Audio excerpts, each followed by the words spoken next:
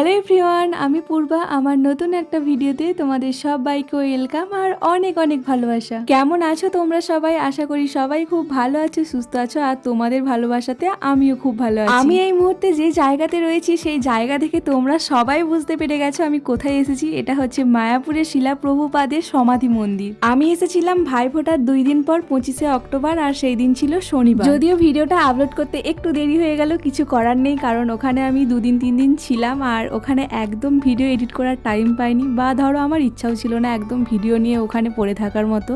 এই মায়াপুর হলো এমন একটা জায়গা যেখানে গেলে একদম মনটা শান্ত হয়ে যায়, আর আমার তো ভীষণ ভালো লাগে। এই 3 দিনে প্রচুর আনন্দ করেছি, প্রচুর মজা করেছি, পুরোটাই তোমাদের সাথে শেয়ার করব, বা অনেক ভিডিও আমি করতেও ভুলে গেছি, এত আনন্দ হয়েছে ওখানে গিয়ে।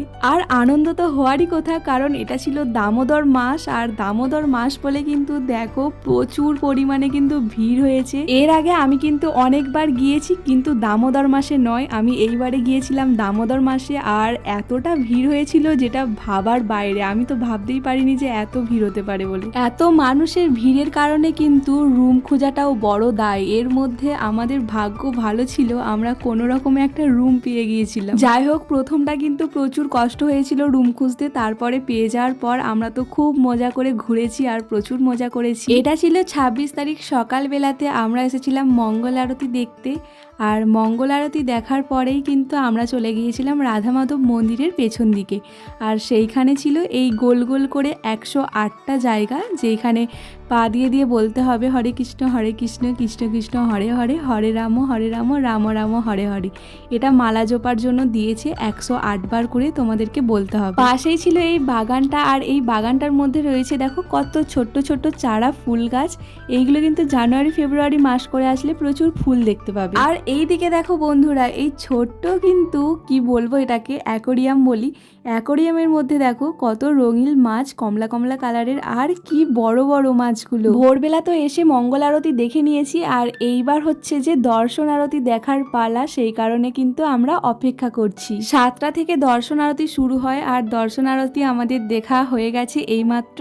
তারপর কিন্তু আমরা বাইরে বেরিয়ে এসে তোমাদেরকে দেখাচ্ছিলাম এই বাইরের নতুন মন্দিরটা। আর নতুন মন্দিরটা দেখো সবে সবে কাজ হচ্ছে, এখনো অনেক কাজ বাকি রয়েছে, সবে একটা ফ্লোর কমপ্লিট হয়েছে। আর নতুন মন্দিরের বাঁদিকেই কিন্তু রয়েছে চন্দ্রোদয় মন্দির, যেখানে আমাদের রাধা মাধব রয়েছেন। রুমটা যেহেতু অনেকটাই দূরে পেয়েছিলাম, তাই ভাবলাম এখন আর রুমে গিয়ে কাজ নেই, তাহলে যাওয়া যাক মায়াপুরের গোশালা। আর এই দিকে দেখো গোশালা যাওয়ার পথেই কিন্তু দেখলাম গরুর গাড়ি। তোমরা যারা মায়াপুর এসেছো তোমরা সকলেই জানো, গোশালা যাওয়ার পথে রাস্তার 2 ধারে কৃষ্ণের প্রিয় ফুল গাছ, কদম গাছ লাগানো রয়েছে। আরো একটা জিনিস তোমরা লক্ষ্য করেছো, দুর্গাপূজা কিন্তু শেষ, এখনো কিন্তু মায়াপুরে কাশফুল রয়েছে।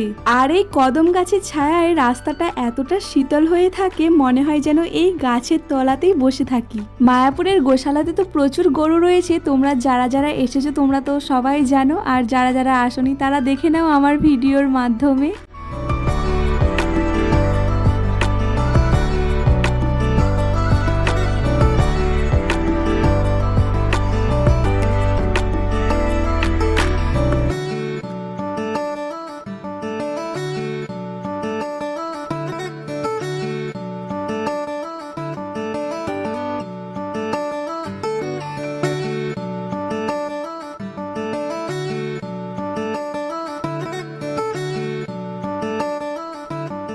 গোশালা থেকে বেরিয়ে আসার পর এইবার চলে আসলাম আমরা মায়াপুরের 1 নম্বর গেট, মানে চন্দ্রোদয় মন্দিরের গেটের কাছে। গেটের পাশেই রয়েছে অখণ্ড হরিনাম সংকীর্তন, যেখানে সবসময় কিন্তু হরিনাম চলছে।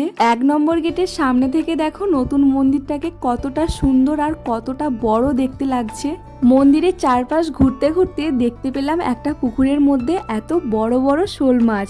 আসলে এইখানে কেউ মাছ খায় না বা মাছ ধরেও না, সেই কারণেই কিন্তু মাছগুলো এতটা বড় বড় হয়ে গেছে। শুধুই কিন্তু শোল মাছ নয়, এখানে কিন্তু ছোট ছোট চুনো মাছও রয়েছে, আর বড় বড় কাতলা মাছও রয়েছে। ওই যে বললাম ঘুরতে গিয়েছিলাম নিমাইয়ের মাসির বাড়ি, নিমাইয়ের জন্মস্থান, আর ওই একই ভিডিও তো তোমাদেরকে আমি অনেকবার শেয়ার করেছি, সেই কারণে আমি আর ভিডিও করিওনি আর তোমাদের সাথে শেয়ারও করা হয়নি। ওই দিক থেকে ঘুরে এসে চলে আসলাম মহাপ্রসাদ পেতে গদা ভবনে, আর এসে দেখলাম দেখো কতটা লাইন পড়েছে। আর এদিকে গদা ভবনে কিন্তু চেয়ার টেবিল এবং মাটিতে বসারও সুব্যবস্থা রয়েছে। গদা ভবনের 80 টাকা করে টিকিট কেটেছিলাম মহাপ্রসাদ পাওয়ার জন্য।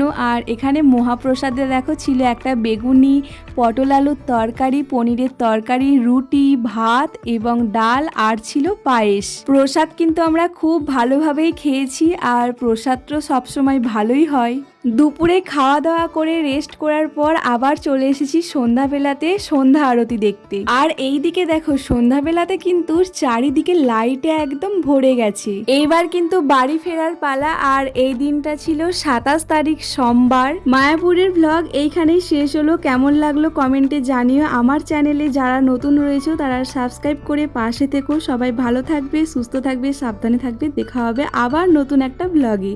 হরে কৃষ্ণ, রাধে রাধে।